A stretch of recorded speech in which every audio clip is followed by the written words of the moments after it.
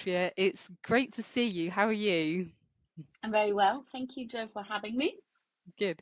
Well, thank you also to our audience for joining us today for my podcast series, Formidable Females in Future Flight. I'm meeting women from across the future of aviation and aerospace to inspire more women to consider this sector for their own careers. So far, we've met mainly with female leaders within businesses that are building future aircraft, but also a vital component of this new industry is the places that they will take off, land, and charge. So I'm delighted to be joined today by Andrea Wu.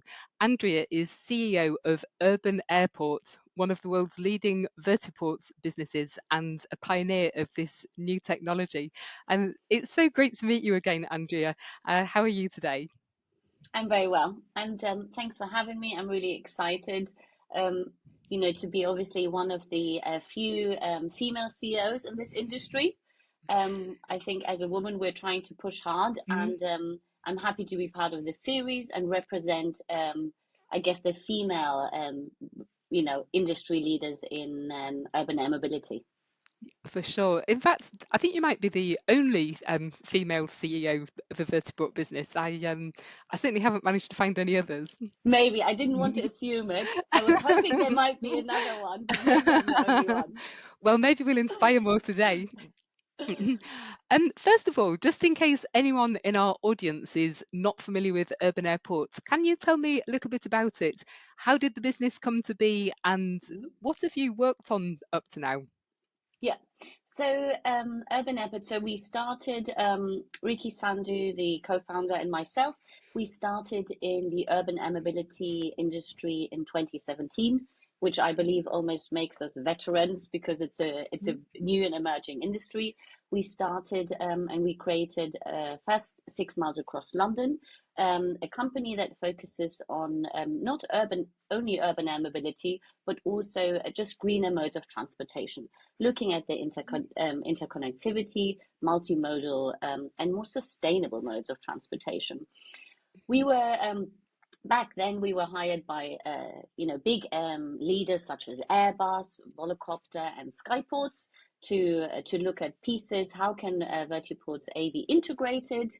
Do what forms of vertiport could there be in the future? Because this is now 7 years ago, is a long time, and looking at specific designs of vertiports. 3 years ago, we were the successful winners, Urban Airport, of Future Flight Challenge. Future Flight Challenge is a grant that is funded by UK government's research and innovation. It tries to put the forefront UK at the forefront of urban air mobility and advanced air mobility, and we were successful winners of Future Flight Challenge 2, which meant we set out with a big vision during COVID, especially to create the world's first fully operational vertiport. We managed to pull it off, and this was last year in Coventry, so it's just over a year. We had a 3-week event, and it was very important for us to look at this ecosystem. Everybody talks about it takes an ecosystem to deliver that industry, but so far there has been very little movement on the infrastructure side of things. Mostly the industry is focused on certification of the vehicle, which, yes, of course, is very important. But there is a long list of other, almost other components or entities within that industry, such as, working closely with regulatory bodies such as EASA, CAA, FAA. We did so and conducted 150 cargo flights, which was very exciting, just next to the train station, next to highways, next to the city centre, and carried up to 70 kilos cargo. So that has never been done before, which created a good platform for us working now, continues our work with the CAA. But we also put a lot of importance on the public acceptance. What is it really like? Who will be the people who will be paying £200, maybe $200 for a ticket? And this will be anyone from families to businessmen to tourists. So we invited, and 15,000 visitors came over the 3 weeks, and they were so excited and really bought into this new concept of seeing Hyundai's or Supernal's SA1 exhibited, looking at various drone flights, various drone companies. The West Midlands Police was there, so there was a big showcase on how can the police use drones to help to create a safer environment for us. Plus, non-aeronautical, we showcased a hydrogen fuel cell. So, what can our future really look like from a climate change perspective? Is it really going to be a greener mode of transportation? How do we manage to get all that energy for vertiport operations? And we also showcased the intermodal connectivity aspect. We had EV charging there. How do people then do the last mile? You jump off the train, you take in a VTOL, maybe you arrive, and then do you want to jump on an electric scooter? Or, from a cargo perspective, do you then team up with somebody like Deliveroo or other logistics companies? So that was, we believe it was an all-encompassing event, which was very important for the industry. And, people still, of course, it's only 1 year on, but people always make reference to it because there's nothing really there to make reference to. So Yeah, brilliant. You've crammed so much into the last 6 years, and mhm, I guess a lot of it you couldn't even plan at the beginning because all of mhm. this work you are doing for the first time. Um, are there any specific next steps and priorities over the next couple of years? Yeah, so since Coventry, so over the last year, we have been focusing and reacting to what the industry has been doing. And I think Mhm. the most important bit is to remain flexible, we have found.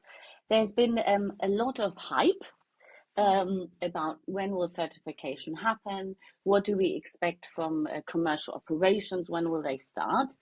There are lots of challenges, not only from a certification perspective, but is it maybe an urban planning issue?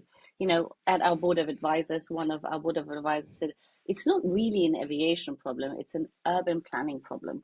Urban planning problems we know very well.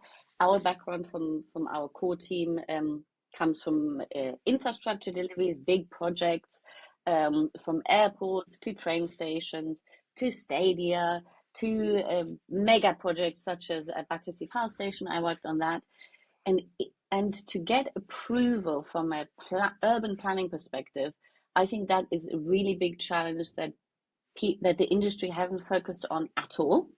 I think that is something that we have now been focusing on to talk to council. So we teamed up with Coventry City Council when we delivered Air One.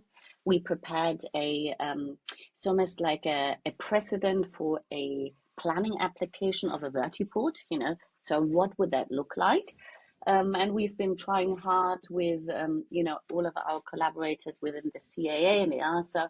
I attended the ACI event in Barcelona with all the CEOs from aviation, and they have now considered to make, I guess, vertiport providers more of a normal member that can join the general kind of aviation group, which I think is a step forward in the right direction. Um, but focusing on not only focusing on our technology, which we're doing, so working with big engineering companies such as Aegis to help us to look at the operational model, to work with our energy partners to understand how can we provide a bespoke and modular energy center that comes with our vertiports, because otherwise it would be very difficult to accommodate vertiports in locations where there isn't enough energy from the grid, and most locations will be like that. Um, but also then looking at, how do we carefully select our preferred partners, such as Hanwha Systems, to add to our strong and strategic partnership with Hyundai, KAC, so Korea Airport Corporation, and Robson. They work with us now on fitting out our Docs box and City box. I think these are all things that we have to run concurrently, because I think what is very clear is we cannot just focus on one element, but we are not good at everything, but we are good at getting the right people around the table to then make sure that we're working towards a turnkey solution for this industry. Brilliant. Yeah, certainly any pioneering startup needs to address multiple priorities simultaneously, exactly as you've said. And I'm really pleased to hear what strong partnerships you already have in place, and how vertiport businesses are involved in wider discussions across the industry. I think this will be a really obviously valuable, vital component of the industry Mm. actually taking flight. Um, and then, sort of more personally, in Mm. January this year, you achieved promotion to be the CEO. So well done. Uh, can you Thank you. tell me a little bit about that journey? How did you know the business originally, and how did that transition come about? Um, okay, so the transition, when I started, or when we started at Urban Airport or under a Future Flight Challenge to deliver in Coventry, I started as the Chief Design Officer. Mm, I guess this is where my background is. I worked for Norman Foster, Richard Rogers, Nicholas Grimshaw on big projects. They're very design oriented, but at the same time, I worked a lot in the last phases. So from a construction perspective, so I was fortunate to be right at the front end and then also at the back end. Chief Design Officer. Then we delivered Air One in Coventry. I think then I moved on to COO, Chief Operating Officer. And I guess you never really know what qualities one has, I guess, accomplished or obtained over the years until you're in that situation. So I then stepped in when I saw that there's a need for, a stronger kind of managerial side of things, and then which then led almost naturally to CEO. brilliant. So it sounds as though really embracing that startup culture Mm-hmm, and being willing to wear any hat resulted in you actually being able to take on the biggest hat of all, and the role of CEO by mm-hmm, adding to your skills and until you had all of the skills needed mm-hmm, to take on that job. And it's really lovely to see where you are today. Um, I guess though, because this is a completely new industry, you must mm-hmm, have built your career somewhere else before. Could you tell me a bit about the career that you had before now mm-hmm. that led you and inspired you to join this sector? Yeah. So I started early 2000 or 2002. Mhm. Um, my career as an architect. I started my career at Norman Foster's office, Norman Foster in London, and then I moved on to, and I almost did. I don't know what the name is for this career where you make your way up, moving Mhm. sideways. I then moved on to work with Richard Rogers. Um, then I moved on to work with Nicholas Grimshaw. Then I went back to Foster's to move out to Doha specifically to then work on the expansion of the new airport, and also set up an office in the desert to work on the Cell Plaza. So which is a big infrastructure project with towers. And then we came back, and then I worked with Wilkinson Air to work on site with Battersea Power Station, then worked on headquarters for Deutsche Bank, which is an engineering challenge over the live tube station at Moorfields. Um, and then ended up, while we had already created 6 miles across London, to then jump ship, kind of from my kind of very corporate career, you could say, to then dive into a very different world, startup world in a non-existent industry. So I think that was quite a crass change. But I think also, after I think it was over 20 years of having worked on, I've seen so many different sectors when it comes to building and construction and design. I was fortunate to work with the best, from a collaboration perspective, engineering, big governments, etc. And then it almost felt like naturally, okay, what is next? I could continue that career successfully, But I think I tend to get bored quite quickly. That's why I also did lots of, I'm not afraid of change. I think that's very important. I embrace change, and I think it's about timing in life. We had the opportunity, and then we decided, okay, let's go for it, but then we have to go for it 100%. Yes, absolutely. I think there's a real combination of having the opportunities, but also being brave enough to take them. Do you think that being female has influenced any of the decisions that you've made along the way? I think most of them. I don't know whether my male colleagues will appreciate that, but I do always feel it is very different, the way women make decisions, and of course I'm generalizing, but simply because I think women are much more practical. Their egos don't get in the way that quickly. Of course, I have an ego, but I think if it comes down to what is best for the company, I will just go for that. And my ego will not come in the way. I think that is a very big difference. So all the decisions that I had to make, whether it was chief design officer, which is a title, obviously, but I was working, obviously, it's a startup, so you have to be very flexible, work and get involved in all of the funding, all of the problems that come up. So nobody can just stick to their title. Um, and I think being challenged that way is, I think, can be very positive, but one has to manage stress levels. I think that's the most important bit, which I found. In that industry, which doesn't exist yet, it is very hard. You need big elbows, especially maybe as a woman, because it's always the case. There are not many women around, as we said, so I do miss that. But then I've been on massive construction sites with 5,000 people on site. There were not many women, so I don't get scared. Mhm, And I think it's important to embrace it, and also to always, stick to one's instinct, because it's easy to get influenced, and men have a different approach. So I think definitely yes. Every single decision I make, I don't think I would make the same decision if I was Andrew. You know. mhm. Yeah, yeah, understood.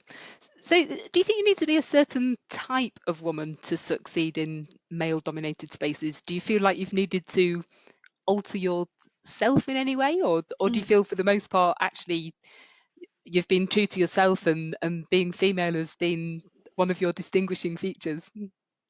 Uh, I think, yeah, I think one doesn't need to change, Mhm, but I don't. Then you also have to be of a certain character in order to mhm, succeed. mhm, But it's never black and white, because I'm mhm, thinking. I think the most important bit is to keep one's characteristic or the strength, right? What are the things that you're good at, right? Focus on these things. The ones you're not so good at, maybe find and team up with other people who are good at it, but also try and get better at them, right? Because then that instills more confidence in oneself. And I think the other thing which I have found is go out of your comfort zone. I think that's the biggest thing. And I have set myself a target. This is on a personal note. Every week, I will do something. And my comfort zone has really grown over the past years. But I try and do something which I'm kind of potentially scared of, or I'm not so keen on doing. And then I'll do it anyway, or I do it purposefully. And I think that's the only way to do it, because I know of myself, if I only move in my comfort zone, even if it's quite a big comfort zone, then I don't do enough. I'm not pushing hard enough. And then I'll just, yes, I don't, do I want to go on a stage which is massive with loads of people watching? Do I embrace that? I'm not 100% sure. Obviously, I'm also nervous, right? But it's very important. Do I want to chase people, talk about things, annoy people? Not really, but I think we have to do it, especially as a startup, because you have to be very pushy. And then you have to write another email, to go on another call, and just be pushy. And I think always put yourself out there. I really like those recommendations, I guess, to get help, get out of your comfort zone. Certainly, every time you go outside of your comfort zone, it gets slightly bigger. So Hmm. the cumulative effect of doing that regularly, like you say, every week, I can really see how that brings long-term benefit, and also to the business, by needing to be pushy to get your voice heard, not just as a female, but actually as a startup business. I can see that there's a real commercial benefit to that persistence Hmm. as well. Is there any other advice that you would give to other women? Other advice? Yeah, and I think it's also it's good to think positively about it, because I know, it's always hard. I agree, and especially during the corporate career when it comes to performance reviews. I'm a working mom, so I'm in a different category again. I've seen so many women just stay at home after their children because architecture and construction, they don't pay so well. So it's almost like a financial burden that is so big that women then give up their careers. Um, and I think, and I empathize because I understand where this comes from, but that's why I always think you have to really push through it, have children, try and get back to work. Maybe it's just as expensive as childcare, your salary, but do it anyway. That's what I did, because I think once one stops, it's just really hard to get back into it. And then it has a cumulative impact. Confidence comes down, then people feel a little bit, I don't know, almost ashamed of coming back from maternity leave and doing part-time work, or they have to leave early. I think the best thing is, it's, if one thinks as a woman that this might not be acceptable, I think then it's exactly the right attitude. Thick skin. Guys never really worry so much. Women always tend to worry about everything, right? Did I do that? Well, you think about your aging parents, you think about your children, you think about school, you think about your own career. There's so many things that we juggle, but I think that makes us much more resilient. We're extremely good at multitasking, which is very important, especially in the startup industry, because there's so many things that are built on assumptions. We have to be very, very quick and agile. We cannot just sit there and wait for work. We have to create opportunities. Creating opportunities and not being scared. I think that these are very important things, I would say. And then, Yeah. of course, there has to be flexibility and the confidence to also go with the flow of it, because of course, Mhm. I make lots of plans, and then many plans don't really work out, to be honest, but then they go in another way, and then I adjust and make the most of that next plan, and then it works out. Yeah, yeah, that's it's really, really good advice. Going with the flow. I think sometimes we have a bit of a tendency to beat ourselves up if things don't go to plan. But actually having the bravery to follow a changed plan or an improved plan, actually that's it's a really important thing to do. And also, like you say, being really proud of our traits such as multitasking, and having the confidence to speak up for yourself about any flexibility that you might need. I think that's all part of an important normalization. Yeah, I Mm. was just thinking. I have a good example. I was in Barcelona. They were at the Eurowaga 2023. So lots of CEOs, mainly male from airports, but there were also women there. And then we were sitting at dinner with Esther. She's the CEO of Narco, so she's a very important woman in the industry. She's very easy and very fun to talk to. And I asked her, like, over dinner. I said, "Hey Esther, so how do you then feel? What is it like? Netherlands is very different, right? I think they're more open-minded. They're not so traditional. But what is it like for you as a woman then in the industry, right, running Narco?" And she said, "Well, Andrea, actually, she embraces it. She thinks it's good."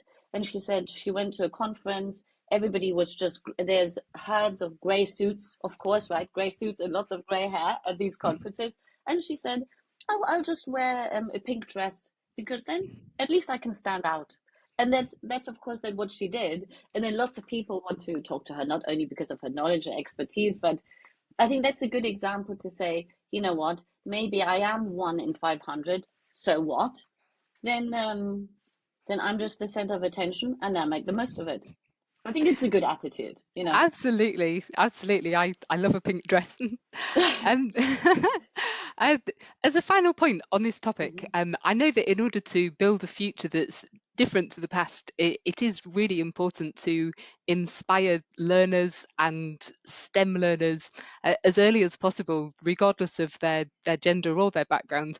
And I know that despite being a really busy startup trying to get their voice heard, I know that Urban Airport has actually initiated a few different schemes in order mhm. to inspire young people to learn about this sector and perhaps consider this for their own future. Would you like to tell me a little bit about those initiatives?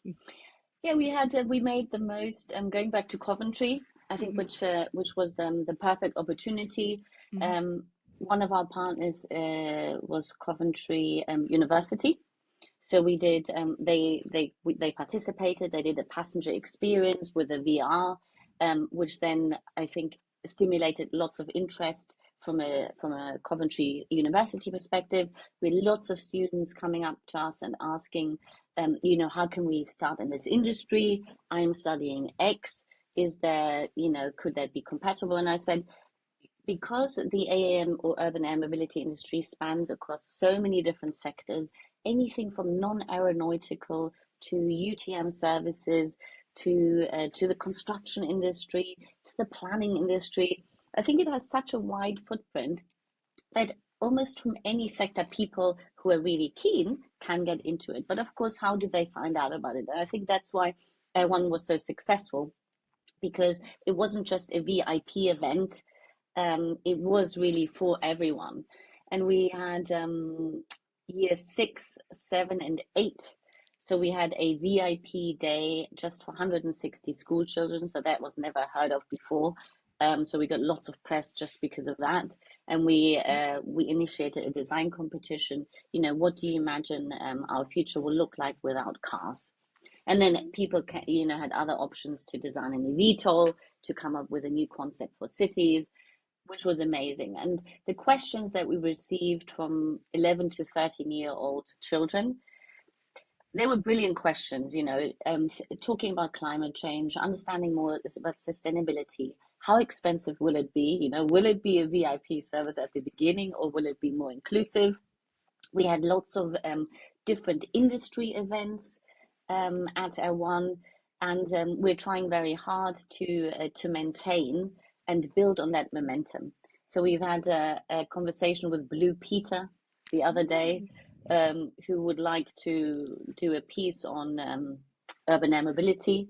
And I think they said the main group of listeners is probably between 12 and 13. So that's almost like the beginning when people start to, I think, the next generation, everybody is very aware of climate change, the move to fully electrical cars, buses, vans, eventually then flying cars. Um, and I think there's a big interest to understand about, energy. How do we look into renewables? What does it really mean to go green?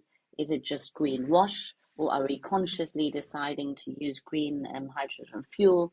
When we talk about construction, there are lots of questions. What does it really mean to undergo and sign up to a scheme of green steel, so recycling, etc. So I think the group, the interest group is so large, um, and we always encourage to for the next generation, to get in touch with us. And even if we can't offer, we've had so many inquiries about internships at Urban Airport, but because we're so busy, we always try and say, okay, maybe we can set up a workshop, or we can then at least make recommendations for bigger organizations for people then to undertake a work experience or similar to that. brilliant. It's wonderful that you've managed to find as much time as you have for this really important task. I've got teenagers myself, so I know Mhm. how incredibly aware this generation is of climate change, and how important it is to continue inspiring them. And it's been so wonderful to meet you today, Andrea, and I really do wish you all the very best in your next steps at Urban Airports. And congratulations once again for being the vertiports industry's very first female CEO. It's a real achievement. Thank you very much. It was a pleasure talking to you, and I'm always happy to share my experiences, and I'm also happy to connect with other women in the industry. I don't see any competition. I always think it's very good to exchange lessons learned, and then to move forward together. I think that's a key to success. Yeah, absolutely. That collaboration is so important. Before anyone is really competing directly with each other, we do for sure need to build the industry. Yeah, agreed. Amazing. Thank you.